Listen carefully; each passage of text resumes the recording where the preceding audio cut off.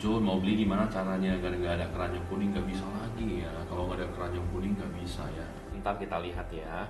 Sementara semangat Kucun, siap-siap, kita tetap semangat, kalian juga ya, kita tetap semangat ya, kita tetap dukung lah ya, tetap dukung semuanya. Sampai kapan Ko? Sampai kapan? Belum, kita belum tahu sampai kapan.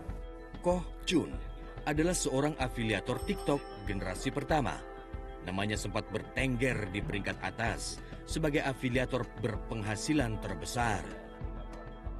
Afiliator TikTok adalah kreator konten yang dibayar untuk mempromosikan produk dari penjual.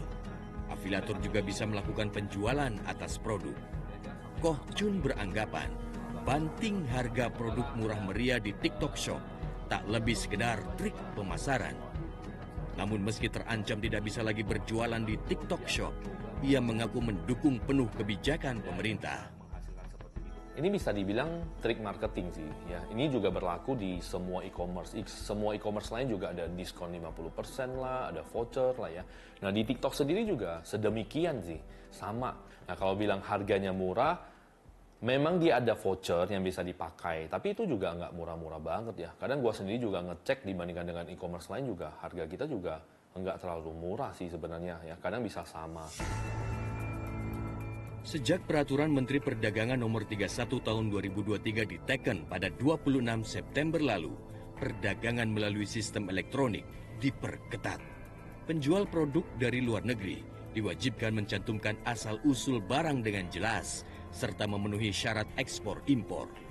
Pemerintah juga menetapkan standar harga minimal untuk produk tertentu. Jadi kita mencoba membatasi jangan sampai ada barang-barang yang harganya murah yang tentunya bisa merugikan para pelaku UMKM dijual di platform digital secara mudah. Jadi kita mengatur terkait dengan cross border di mana mungkin kita kan juga mengenal bahwa kita mengatur mengenai harga minimum sebesar $100. Sederet aturan baru ini dinilai memberatkan oleh Asosiasi Pengusaha Logistik E-commerce Indonesia. Asosiasi merasa dirugikan dengan ketentuan pembatasan impor barang cross-border minimal $100 Amerika Serikat. Jadi permasalahan predatory pricing ini tidak bisa diselesaikan dengan pelarangan US dollar 100. Karena tidak ada barang yang dikirim secara cross-border dengan nominal US dollar 100 ke bawah itu illegal. Semuanya legal. Ini proses yang harusnya kita protect, bukan harusnya dilarang atau dibatasi. Sementara persentase dari nilai transaksi secara cross-border dan yang non-cross-border atau barang impor, itu persentasenya 2% saja yang cross-border ini. Dan yang non-cross-border itu persentasenya 98%.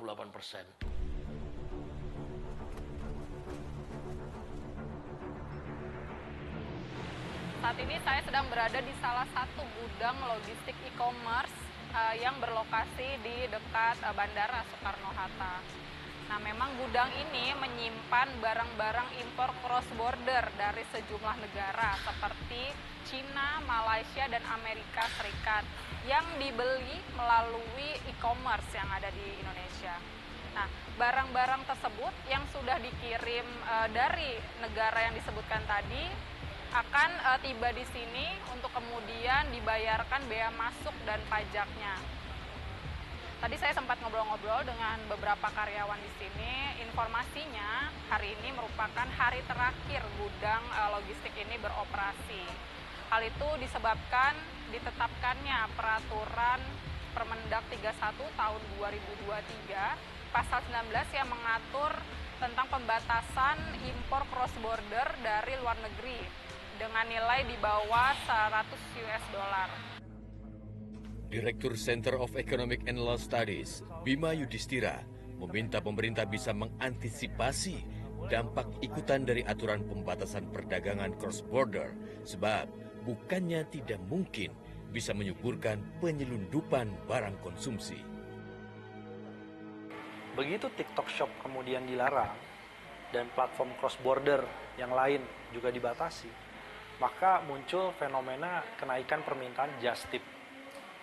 Jadi di bandara itu juga mereka mengakunya barang pribadi, tapi bawaannya banyak sekali dan tidak kena bea masuk.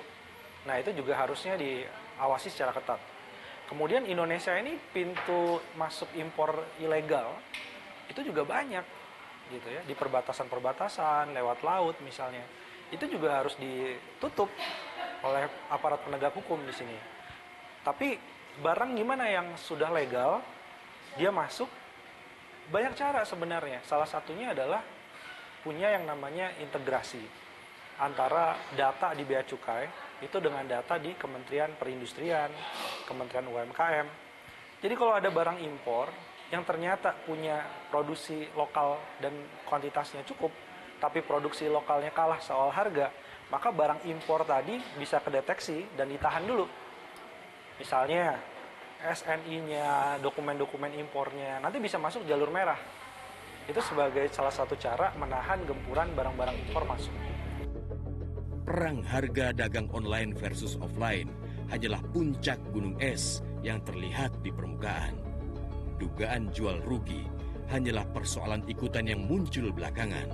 Namun di balik itu ada persoalan yang jauh lebih besar tentang keberpihakan. Selama ini pemerintah abai memproteksi produksi di lumbung sendiri. Ujung-ujungnya baru kebakaran jenggot saat UMKM digerus produk impor remeh-temeh. Jelajahi cara baru mendapatkan informasi. Download Metro TV Extend sekarang.